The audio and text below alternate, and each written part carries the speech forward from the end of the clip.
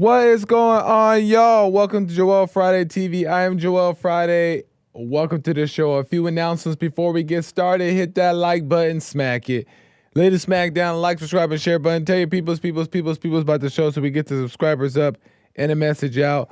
Do it now and help a brother out. As you guys know, we are live Monday through Thursday at 11 a.m. Pacific time on YouTube, Facebook, Instagram, and Punchy.tv. And at any point during the show, you can call in at 888-775-3773, 888-775-3773, and we could talk about whatever you want, whatever's on your mind, whatever you're thinking about, whatever you want to talk about. Doesn't have to be the topic. It could be whatever, and we can get into it. And if for whatever reason you cannot call in, but you still have a question or comment and you just got to get it out on the air, you can go to buymeacoffee.com/JoelFridayTV or go directly to the YouTube live chat. Hit the super chat button there, and I'll read your question or comments live on air. And you can support the show. That's always appreciated. So, amazing stuff. It's Christmas time. A lot of stuff going on. A lot of stuff happening. Today's the 23rd. Christmas is, it doesn't feel like Christmas. I wouldn't say I'm not in the Christmas spirit, but it doesn't feel like Christmas this year for me. Maybe it will. But nonetheless, it is Christmas, Jesus' birthday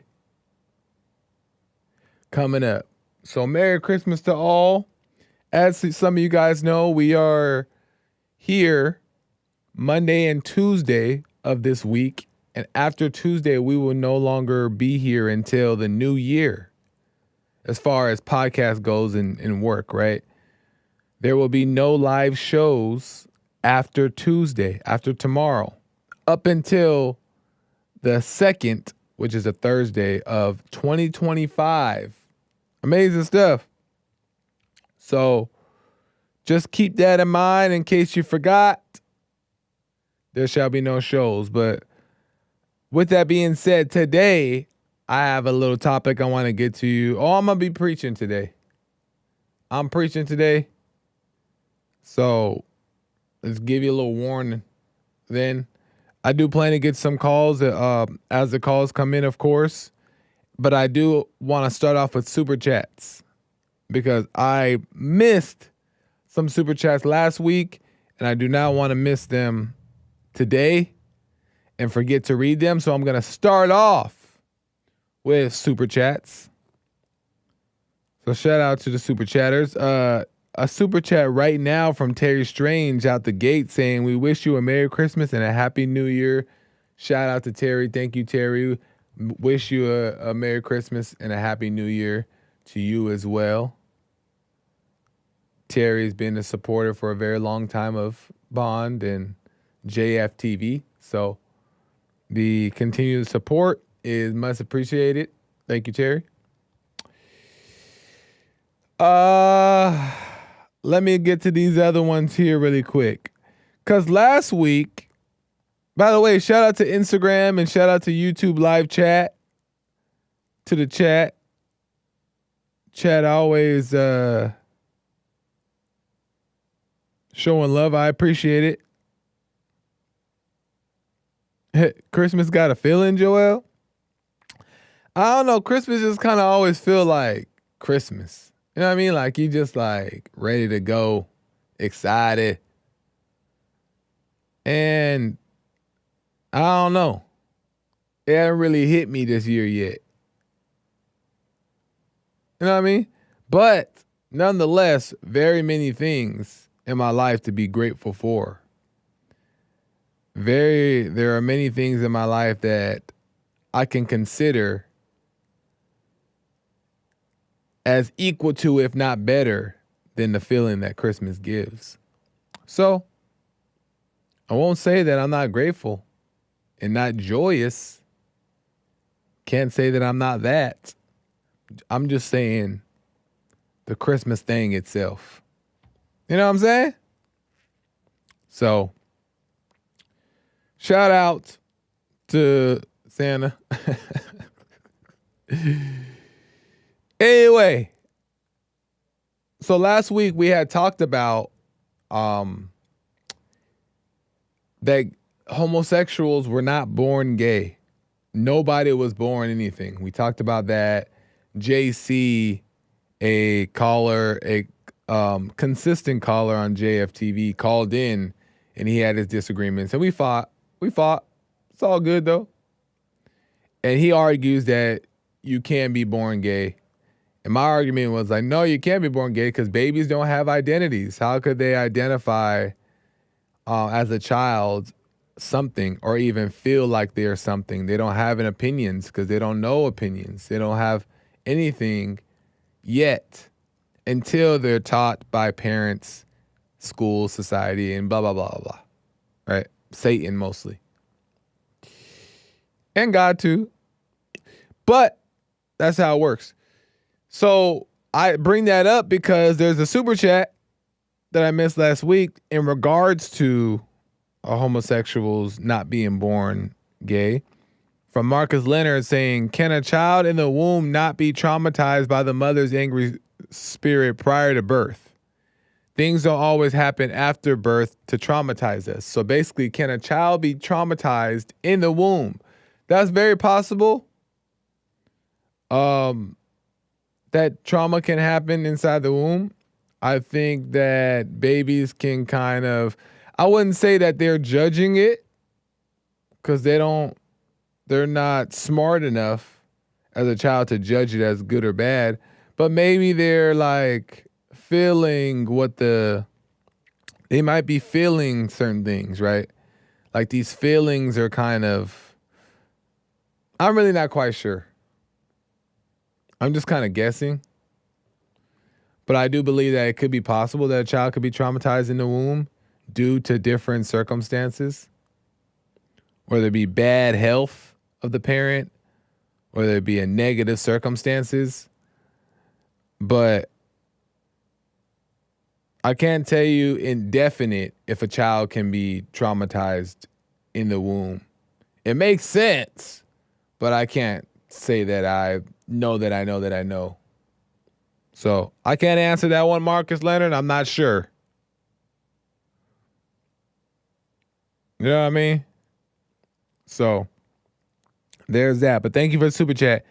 Matthew says, CSAL holding the line for the Christian women, referring to last week. If she got a haunted womb from too many abortions. He Black said, yeah, just keep it at, I don't know, Joel. So that's that. Let me see. And then Ryan Moon, my friend Ryan Moon said, what's good? Shout out Ryan Moon. Friend of Bond as well. Nice. I just wanted to get to those super chats because I had missed them last week. But I guess we can get into the message today. What are we talking about today, Joel? I'll have you know, we are getting into religion, right? Big misconception. Religion and God are two different things. Maybe they weren't intended in the beginning for that to be the case, because religion, by definition, if you guys seen the thumbnail, by definition is believing into a superpower, according to the dictionary, beyond yourself, right? So believing into something beyond yourself, a higher power, so to speak, for a lack of a better term. And that's what it means to be religious, but that's not how oftentimes many of us view religion. We're not praising and giving glory to something supreme and above us. We're more praising and giving glory to a book, to morals, to rules that we're taught to, that will bring us freedom and salvation and paradise and peace, right? So we're praising words, we're praising teachings, and not God himself. And I want to get into that and break that down because I think that that's a stumbling block for many people, and it was for myself for a very long time. And I think that it'll be good to kind of make that distinction. So let's get into that. I got a little notes here. So knowing religion versus knowing God. For one, knowing religion is knowing rules, and knowing God is really like knowing God is like knowing freedom, what freedom is. And I want to tell you that freedom is not in behavior, right? Another huge misconception. Your behavior is not going to get you into heaven, right?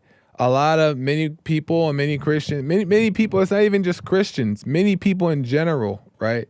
Because we're all designed to want to seek after a sense of righteousness, right? We all want to be like decent and find love and I mean find love. I'm not talking about relationships, but I'm talking about real love, God's love. Find peace. We're all longing for that. So everyone is kind of really looking for that. But a big misconception is that finding that is based off of works and rules and following and being on your best behavior. And that's not true because it's not always genuine, right? You're only doing that because you have an agenda. We only follow rules and do things because we have an agenda. We want something in return if we follow these steps. It's not how God operates. But that's what is taught in the world about Christianity. That's why religion is a setup. Religion itself is a setup. Because religion is just a pool of right and wrong rules and guidelines and sin and boundaries and all those things that actually make you a slave. And I say that to say too, because and now there's another extreme about that too, because there's a lot of like Christians or people who go too far with that, right? Sentiment, right? Of religion being slavery, right? Because then there's all kinds of things that people get involved with when it comes to that. Like they say that the Bible was created to enslave people, and it was the colonizers brought it to Africa to enslave the Africans to do all these things so that they would be slaves to these rules so they can control them and all this stuff. I wouldn't take it that deep. Some believe that to be true. I can't confirm or deny. I wasn't there. And I also haven't done enough research to believe it to be true. But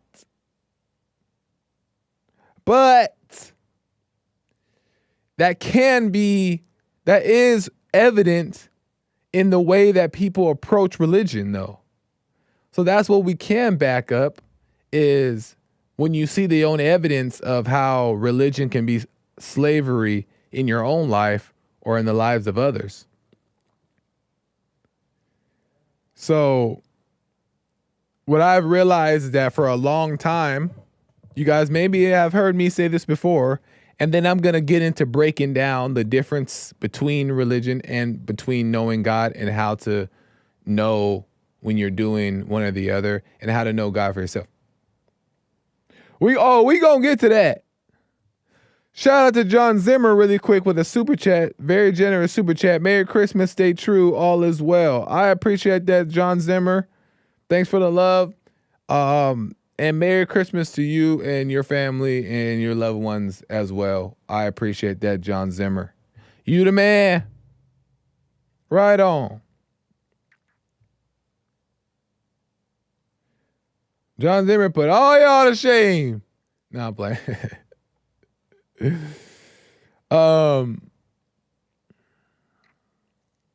Shoot, I lost my point.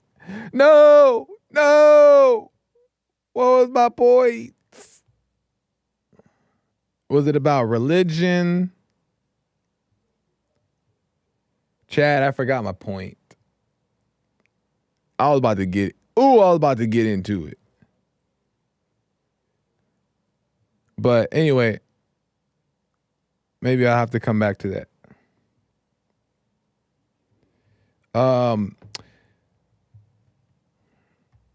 But religion is based off of rules. Oh, I was going to tell you guys the difference between the two, but I was going to make a nice little point here, and I'm kind of hoping chat will remind me. But if not, it's all good. I'll skip what I was going to say. Blinded by the thrill. A different religion thing.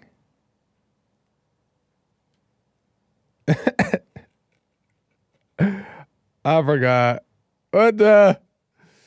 But I do want to say this, and then maybe when it comes back to me, I'll remake that point. I'll circle back. He black. What the? I got to learn to be like Trump, where he knows how to do that weaving thing, where he'll go off subject and come back. I got to sharpen that tool. Because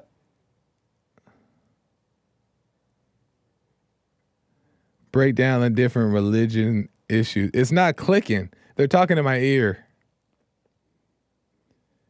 I must have had too much sweet potato or something over the weekend. But thank you guys for trying to help me remember. I'm just not catching it. But I do know that I want to break down really quick, because I see some calls on the line as well, is that knowing religion and knowing God, the difference. Okay, because I realized that my whole life that I myself have followed these like guidelines. And when I say my whole life, I mean my adult years, right? Like my adult years of like trying to grow and be better and da. I've always like followed these like rules, right? And follow Christianity. And when I did that, I was doing that because I had an agenda and didn't even realize it, right? And I've said this before on my show. You heard me say this before, is that I was just following these rules based off of something I could receive on the other end in return. And I didn't realize I was doing that. I wanted to be a good person so bad because I thought that only because my trade-off was I don't have to go to hell. I won't go to hell. I won't have to suffer, right? So God was still with me because he knew my intention was in the right place. I didn't know that I was doing that way, but I had an agenda. So I would always follow these rules, and I would always read the Bible and try to be like the Bible and try to be a good person and do all these things, right? And sometimes I learned some things, but a lot of times it was causing a lot of conflict within, because now I'm comparing myself to the Bible. Now I'm judging myself when I don't follow through with these rules that the Bible says. And I'm becoming a slave to it, right? I'm praising these rules. And when I would make a mistake, I felt guilty, shame, more fear, thinking like, dang, I got to get back on track, do all these things. But in all reality, it was just me trying to follow rules. It was a setup. And I realized when following rules, you burn out, right? And I used to always burn out. I go like weeks and weeks and weeks not doing specific things, right? Not doing specific vices that I have. And I would go weeks and weeks and weeks, and I'd be like feeling good. Ooh, I'm good. I've overcome. I'm delivered. You guys seen that video of that black guy? I've been delivered. He's talking about being homosexual. And I used to go so many, weeks and not doing things, and I used to feel delivered, right? And then I would like fall back into it. And then I would feel guilt and shame. Like, why didn't I endure longer? Why didn't I just go a little bit harder? I must not really want to be saved, right? Really want to be better. And I would just judge myself, constantly judge myself. And it was because there was no genuine pursuit, right? There was no actually wanting to be good. And the setup is nobody actually wants to be anything. Because want is a setup too. Lord have mercy. Nobody wants to be better. Nobody wants to do these things, right? We just want, if we want them, it's because we have some type of ulterior motive. And it doesn't necessarily mean that that's demonic. It doesn't necessarily mean that you're evil for having these wants. But wanting God is trying to, or wanting anything, even God, is trying to fill a void, right? But anyway, so I just kept getting burned out because the agenda wasn't there, because I had an agenda. So religion, if you're studying or you're trying to save yourself based off of rules or whatever to be better, you're going to burn out. You're going to have guilt. You're going to have these things because you're becoming a slave to actions, right? And stuff like that.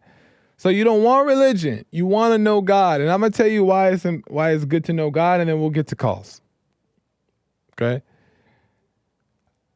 The reason why it's good to know God is because when you know God, it frees you from your guilt, because salvation is not based off of behaviors. Like I said, it's not based off of deeds, what you do good or what you do bad. Salvation is based off of repentance, right? You turn from, you surrender. It's a surrendering. You let go. That's what knowing God is surrendering to him, right? So he can get in there, because that's all he ever wanted, was for you to just to trust in him to solve all your problems. Lean on him and get out the way. Stop trying to control your own life, right? And when you know him, you start to know who you are. And then you see that you actually mean well, right? You start to understand your true nature. And you see that you mean well and that your intentions are pure. So even if you stumble or make a mistake, you don't have guilt. Why? Because you know you're not trying to intentionally do these things. You know that you're not intentionally trying to hurt anybody. You know these things because you know who you are, and you know your true nature. And your true nature is blameless. It has no desire to hurt or to steal or any of that. So once you get to know that, by getting to know yourself, then your guilt starts to fall away. Then your shame starts to fall away. Then God starts to draw you in more and more and more. So knowing God is better than just following rules, because rules gives you guilt. Rules gives you temporary pleasure. Rules, but also gives you pain. Rules puts pressure on you. Ain't nothing worse. I don't know if there's anything worse than pressure. Maybe fear. Fear is pretty bad. But pressure is like a mess, right? Pressure to do things, pressure to be good, pressure to be right. No, God is not about pressure. He's about freedom, right? But when you know God, you don't have this guilt anymore, right? Or it starts to fall away. I won't say anymore. I'll just say it starts to fall away. You start to understand what this means, and you start to let it go more and more. And when it comes to following, when it comes to actually carrying out these quote unquote rules and morals, it becomes natural, right? Because you start becoming truth. That's why I always say you are the Bible. We are the Bible. We start becoming the truth within. And when we become it, then those rules that we read about and those morals that we were taught become natural, and it's not a burden to try to carry them out. It's not hard. It's not like a struggle. It just happens naturally. And that's the way we want to live. And until then, you got to stop trying it and give up, because you're only causing conflict for yourself. Am I making sense or no? Sense or no?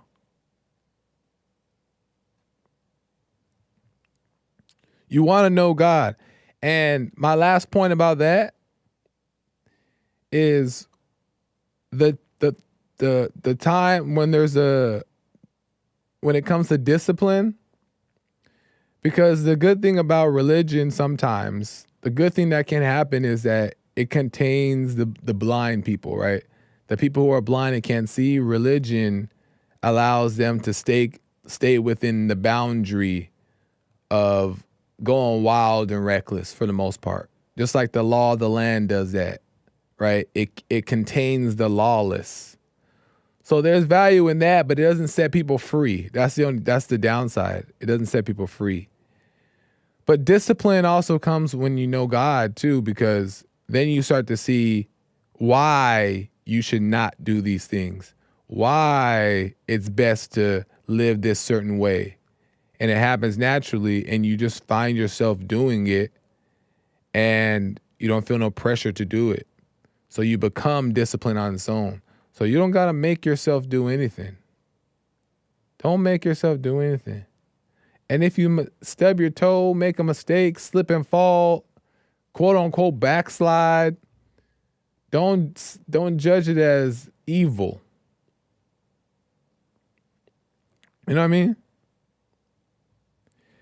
Like, good and evil, I do believe exist, right? But the opinions about it is the problem. And that's a whole nother topic for another day.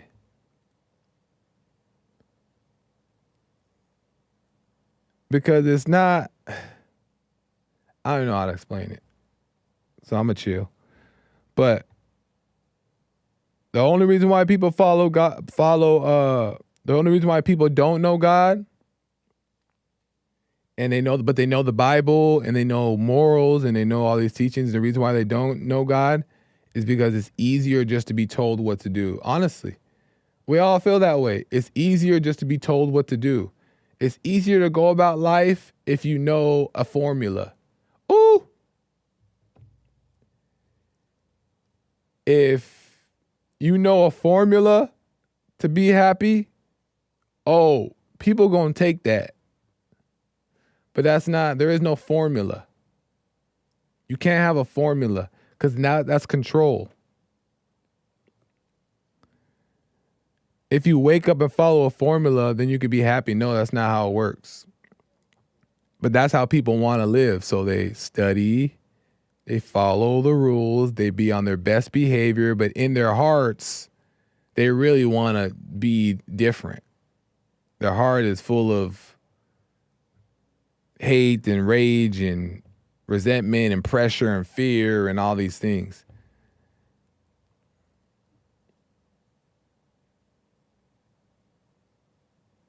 It's just a mess. But the good news is, get to know yourself and you realize it's not even that hard. All you're doing is just being aware. That's it. There's no work that needs to be involved. People think it's going to be so hard to work on yourself. It's going to take so much. All you're doing is just being aware. You're actually doing less work being aware than you would do trying to change yourself. Anyway, let's get to some calls. You know what I'm saying, though? Godly Gifted 7 says that's because so-called sin is fun. Yep. God is love, and love only has one outcome. Very true. God is love, and love only has one outcome.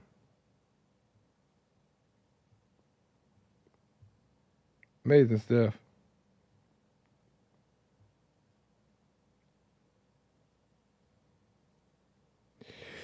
All right.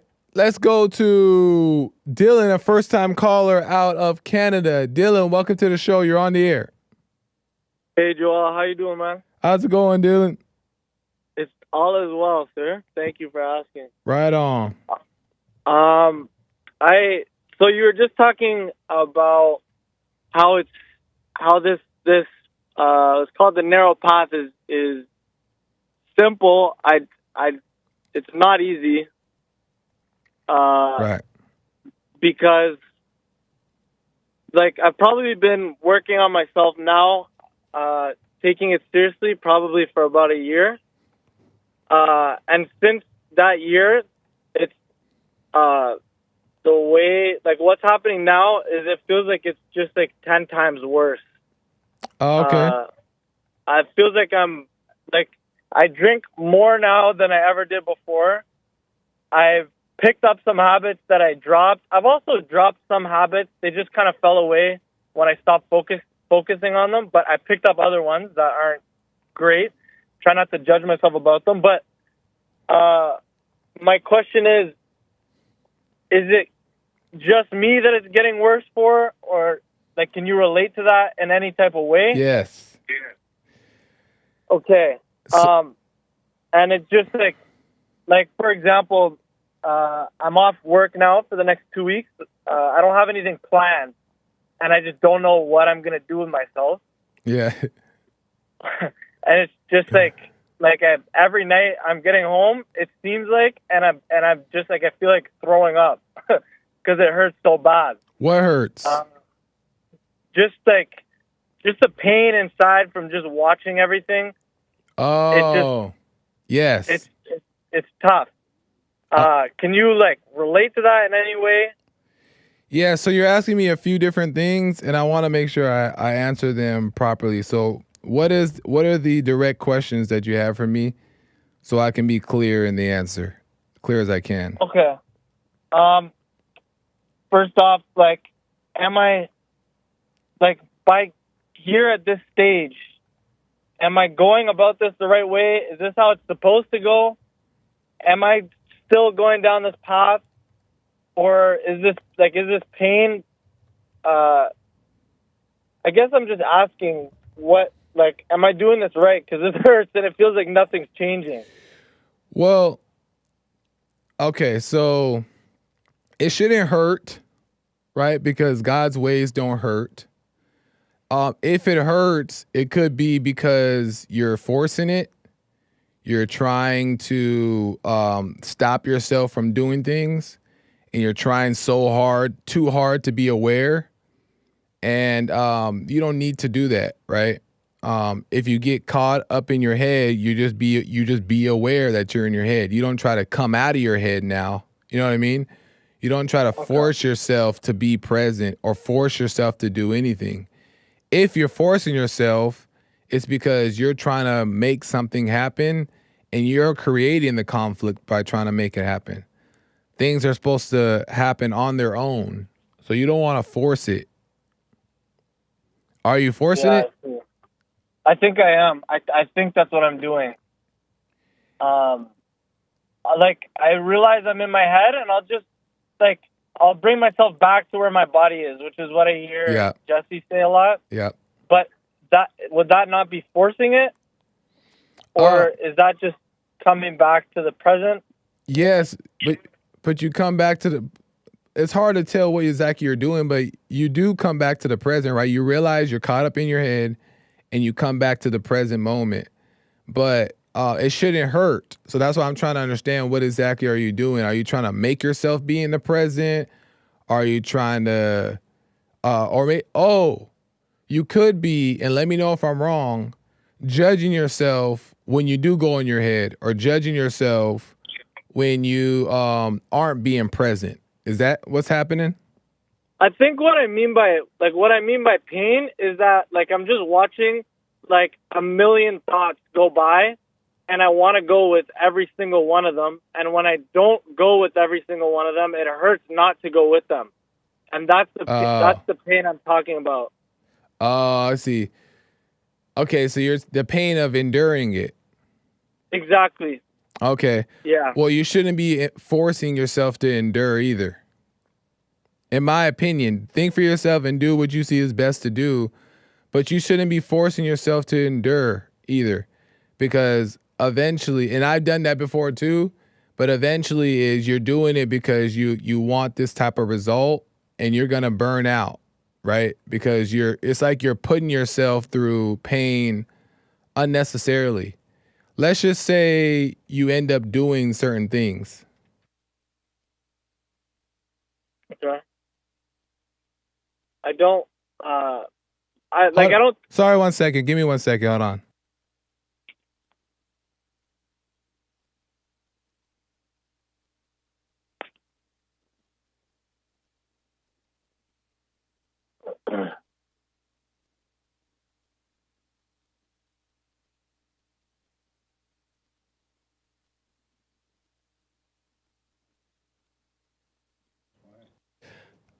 Are you there?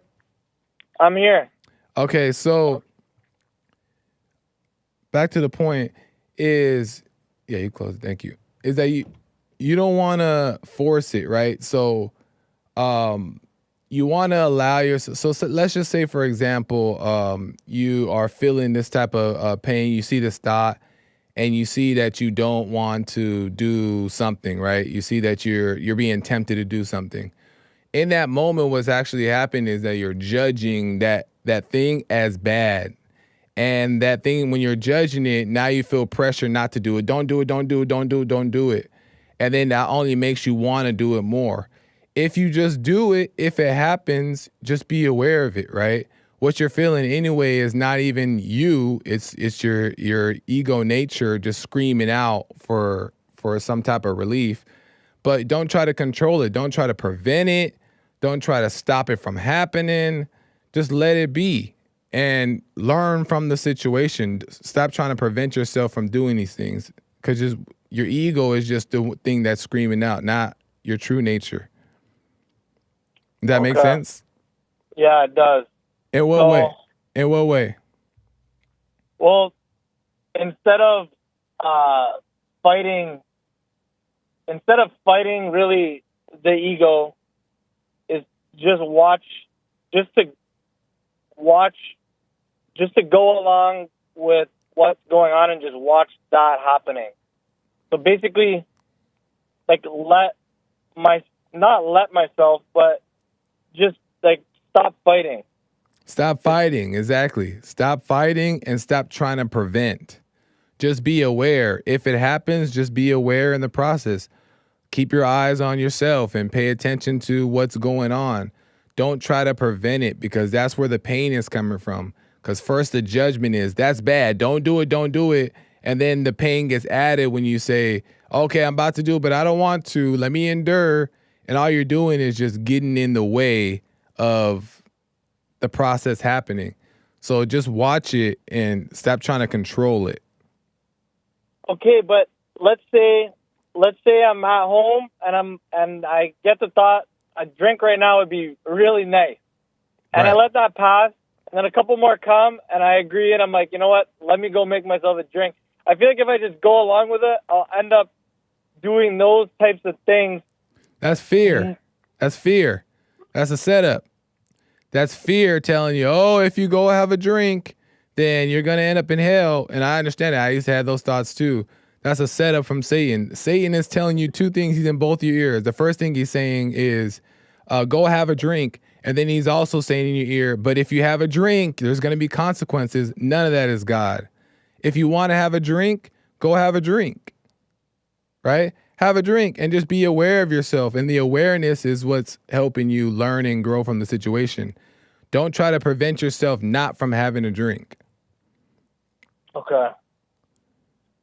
All right, man. I just want to say thank you. I don't want to take up any more time. I love your show, by the way. You're doing great things. Right on. And God bless, man. I'm gonna see how this goes. Well, does that make sense though? Absolutely. And really quick, in what way? What way does that make sense to you?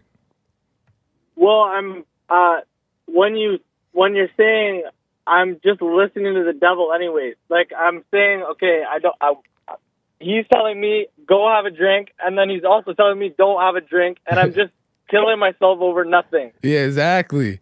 Because there's nothing wrong with who said that having that little drink is bad. That's another thing that's from Satan. Satan said, no, this drink is bad, and you're judging it as bad. So now you're trying to prevent yourself from doing the bad thing. No one said that is bad. Just drink it and understand and learn from the situation, and you'll learn what you should or shouldn't do or what's not helpful for your life. But it's not bad. Don't look at it. Don't judge it as good or bad. Just let life happen. I definitely have a judgment issue. Then, well, I don't want to say issue, but I definitely judge myself. Yeah, and that's all the setup, and it's all fear, and it's all from Satan. So you just want to be aware of that. But if you end up doing it, if you end up believing the fear, if you end up taking a drink, it ain't wrong. You just be aware of yourself and learn from the situation. And you personally, like, just watching yourself, stuff like that, have you just like looked back and seen a bunch of stuff fall away? Yes. Because everything that I thought would happen, because remember when you told me that you're like, well, if I take this drink, then that means that I'm a snowball into this. And every time I just let myself go and be, that stuff never even happened. Because the thing that we miss is that God is with us, and we forget that. God is with you, and he knows that you want to, be right and do the right thing. So he's not going to just let you go and just fall into hell and just your life ruined. He's going to lead you and guide you, and he's with you the whole time, but he's trying to get us to trust him and to rely on him and get out the way so that way he can fix it. So we'll be fine. So really, I'm still playing God in my own life. Exactly. Like, I'm not even trusting God to do anything, really. I'm just trying to do it all myself. Exactly. Playing God. That's exactly it. It's just playing God. All right, man. Thanks a lot, man. I'll call back in a couple months, see if I'm see what happens. Yeah, man. Call me whenever. And I appreciate the call, man. Call me again. All right. Awesome, man. Take care. Merry Christmas. Merry Christmas. Have a good one. Nice. Time. Let me go to Terry out of Oregon. Terry, welcome to the show. You're on the air. Hi, Joel. How's it going, Terry? I'm good. How are you? All is well. Merry Christmas. Oh, Joel, you didn't correct me. What? Why? I said I was good. Oh, no woman is good. Oh, slipping. What's going on? I love your topic today. I wanted to call in and just kind of like respond with what I understand about this topic. Nice. So the human beings are prideful. We're arrogant. We think we're stronger than we are. And we're all made different, Yeah. Some people have a lot more discipline than others. And a person can be very disciplined. They can, like, in their own life, like, let's say the last caller feels like he has an issue with drinking and he can't control it. So that's his struggle. But another human being could, look at alcohol and just, very easily just say, no, I don't want that. And it has nothing to do with God at all. And, that one person who, just because he was made with more discipline or he has that kind of temperament, is not better or more godly than the person who struggles with self-control, Yeah. We're just different vices in different areas, but same struggle. But go ahead. Right. So as Christians, we're supposed to be a conduit for the Holy Spirit to work through us. And the work of changing us and changing, our nature from being carnal and sinful to being holy is the work of the Holy Spirit. It's not anything that we do. Yeah. And we like I said with this example of the guy that's got really strong discipline, just as a natural temperament, this person may abstain from doing all kinds of things. He may not fornicate. He may not drink. He may not swear. He may have all kinds of self-control, but in his heart, he could be incredibly sinful and wicked. And nothing has actually changed inside of him. No, that's go ahead, finish your point. I'm just looking at time here, so finish your point. Yeah, I don't know. That is basically my point. Like, we human beings are looking at things, from our limited point of view. Yeah.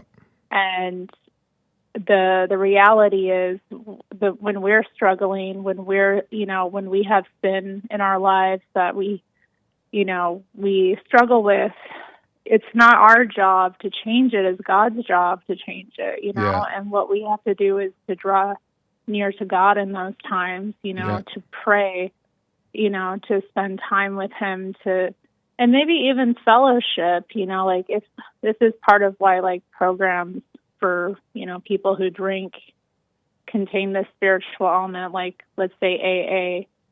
I don't want to recommend that or not to people, but, fellowshipping with other believers is edifying, so especially this time of year, like, one thing I want to say, let me just jump in there, and I agree with what you're saying, but I'm just looking at time, is that you're right in the sense that, we're wrong, well, not wrong, but we shouldn't be comparing ourselves to others because, like you said, we don't know what's really going on in the heart of that person. It may look like on the outside that they have all these things together, which was my story, is that I was on the outside, I looked clean and that I did all these things because I had this discipline of preventing myself from doing certain things.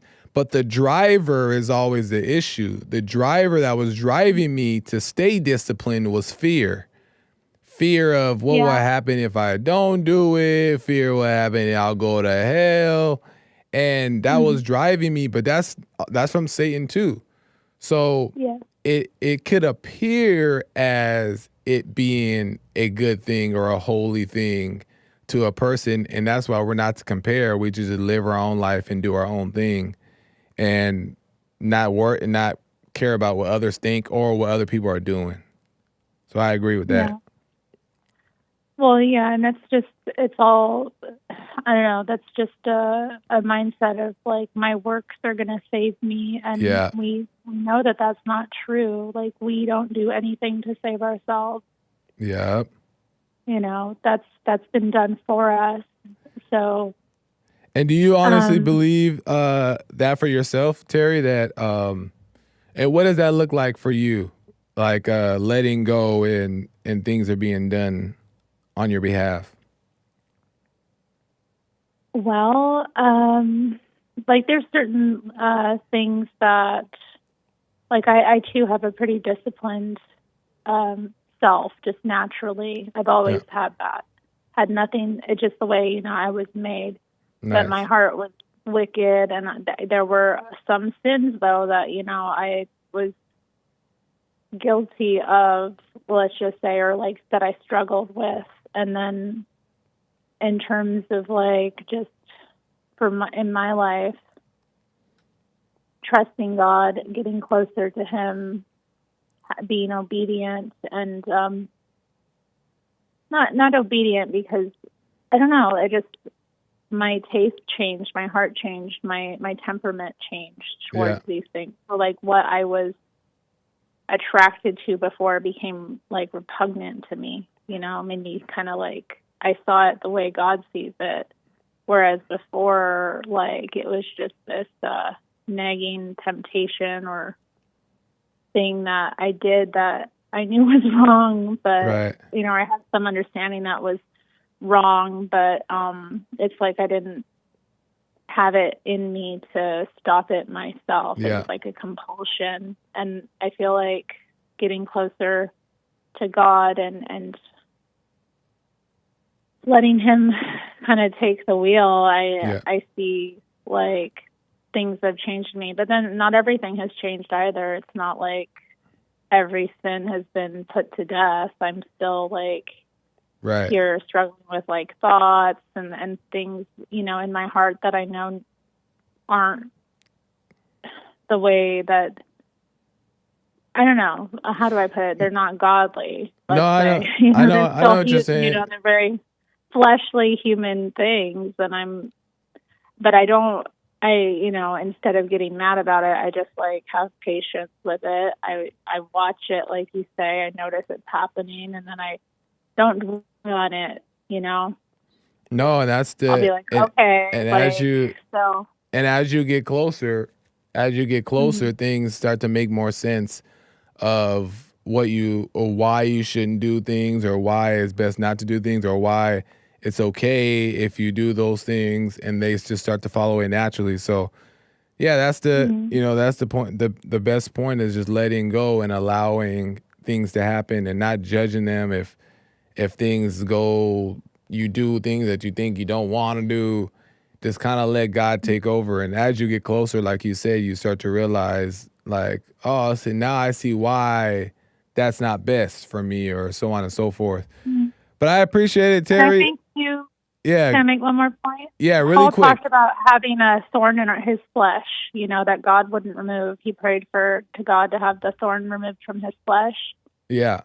And I think that, you know, we're not promised necessarily that, you know, every pain or result of our sinful nature is going to be taken away. You know, maybe maybe God leaves it there for a reason. Yeah. You know, because maybe without it, we wouldn't seek him. That's true. And don't judge it that's a good point too, is don't judge that thorn as bad, right? Because then you're going to be trying to avoid it.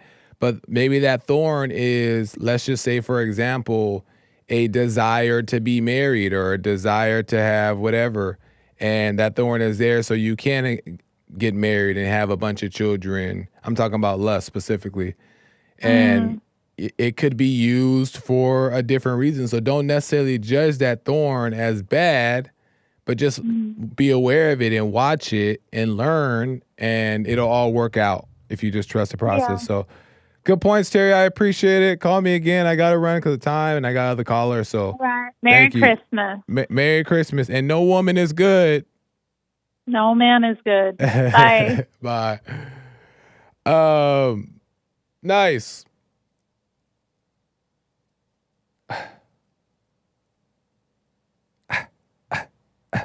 I was going to make a point or take a call.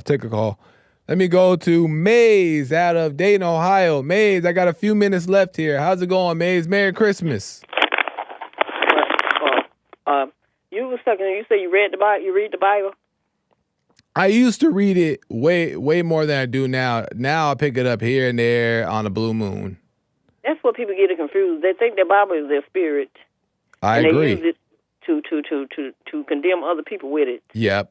And then they don't have a heart for things which you know is wrong, but you're doing wrong. And then you want to put people down instead of lifting them up. That's the greatness of the spirit that you have. Have you ever watched somebody die, Joel? Have I ever seen what? Take their last breath. Oh, have I ever seen somebody die? No. If you watch somebody take their last breath, and you will see the spirit of this, what's keeping them breathing. It's not the Bible. Right. That's why I say they get confused. Because if you did the things that was in the Bible and then you're supposed to become good, no. You shouldn't go along with the evilness that we see and not be a part of it.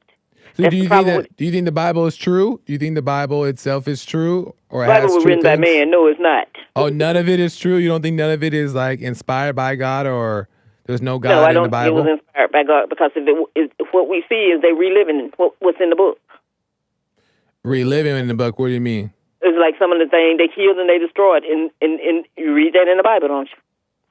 That they killed and destroyed. But you don't think that anything from the Bible is of God at all, or anything God's word is what you should go by, not man's word, because that's who put those words in the Bible, not God. But let me just challenge that point really quick. I'm not saying you're wrong about the Bible thing, but let me challenge that point is that if you say something true to somebody else, but it's coming from quote unquote man's mouth, then is that wrong too? Because that's basically what you're saying when you're denouncing the Bible. But if you're saying saying something true coming out of man's mouth, that's not the Bible.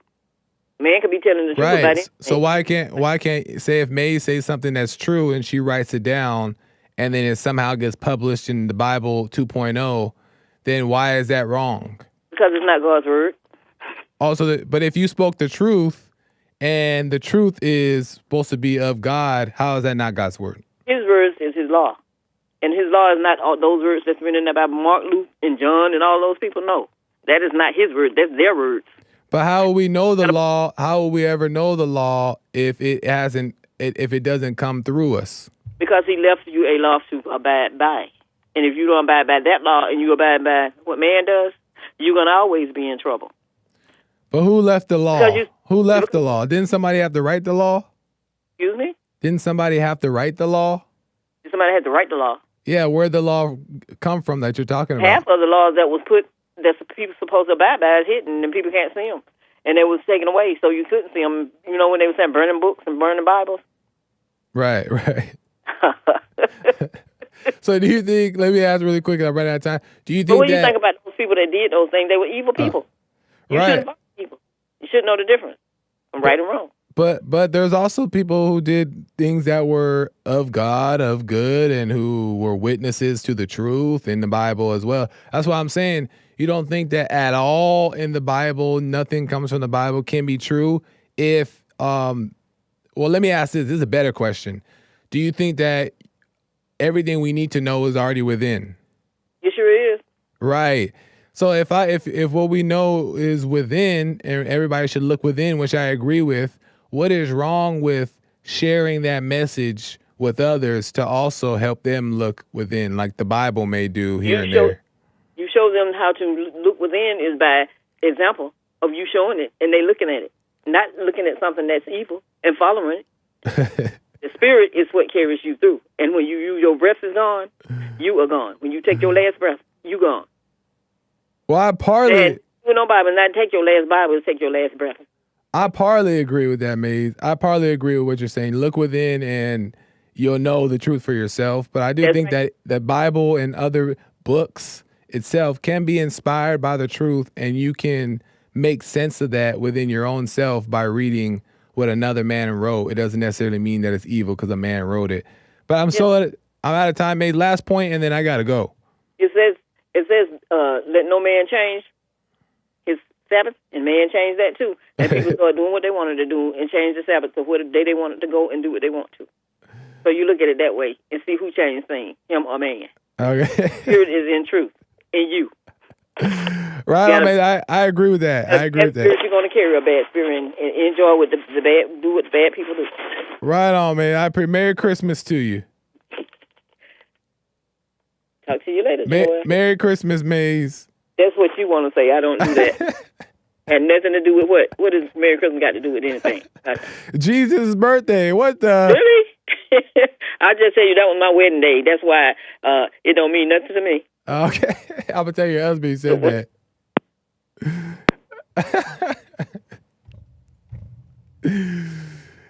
Amazing stuff.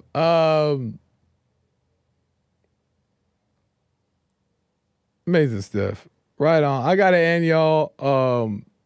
Know the Bible. Know God for yourself. Know God within. The teacher is within. If you get to know yourself, you get to know God within, and then you won't have to doubt whether you live this way, this way. Life is so much better, clearer. You feel more free. You don't have all that guilt and all that stuff. That stuff starts to fall away, but you walk confidently because you are being led and guided by the truth from within, and you know that you're being led and guided from the truth within.